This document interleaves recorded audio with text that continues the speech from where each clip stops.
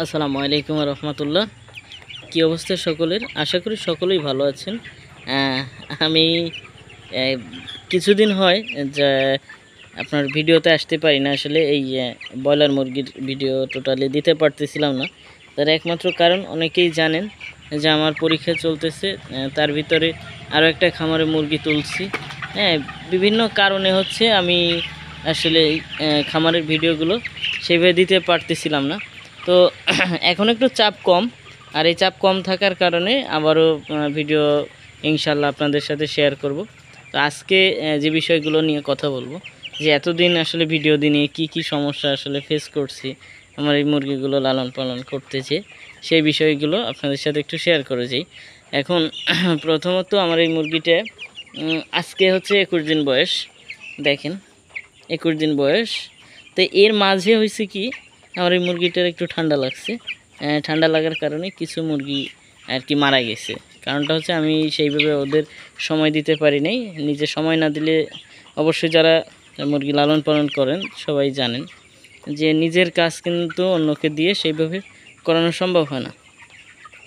আমি সবসময় নিজে মুরগিগুলোকে লালন পালন করার চেষ্টা করি, যখন নিজে না থাকি তখন আর কি মানুষ দিয়ে করাই।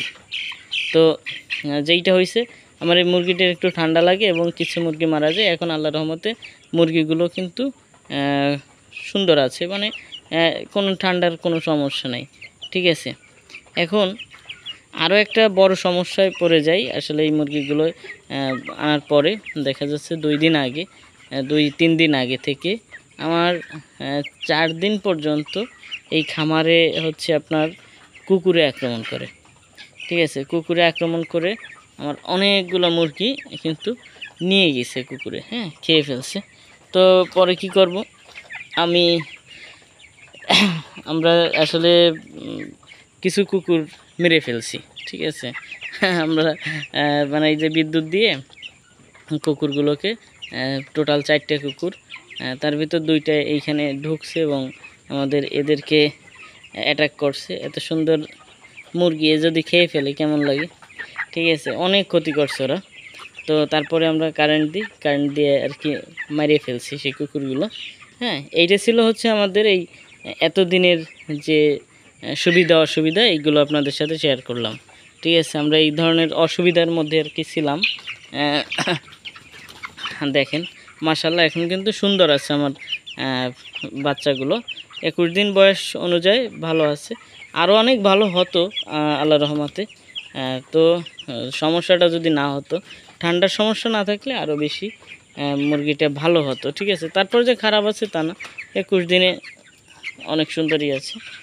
আর একটা বিষয় হচ্ছে সেইটা, এবার এই খামারে আল্লাহর রহমতে আপনার প্রায় মোরগ হয়েছে আর কি। আর মোরগ হলে কিন্তু ওয়েটটা একটু বেশি হয়, খুব বেশি হয় আর কি। মুরগির থেকে মোরগের ওয়েটটা বেশি হয়। এই যে অধিকাংশই মোরগ, ঠিক আছে। অধিকাংশ এই খামারে এবার মোরগ বাচ্ছে। তো আশা করি আমাদের ওয়েটটাও সুন্দরভাবে হবে, ঠিক আছে। তো এই ছিল আজকের মূলত ভিডিওটা, যে আমরা এতদিনে কি করলাম, আসলে কোন ধরনের সমস্যা ফেস করছি।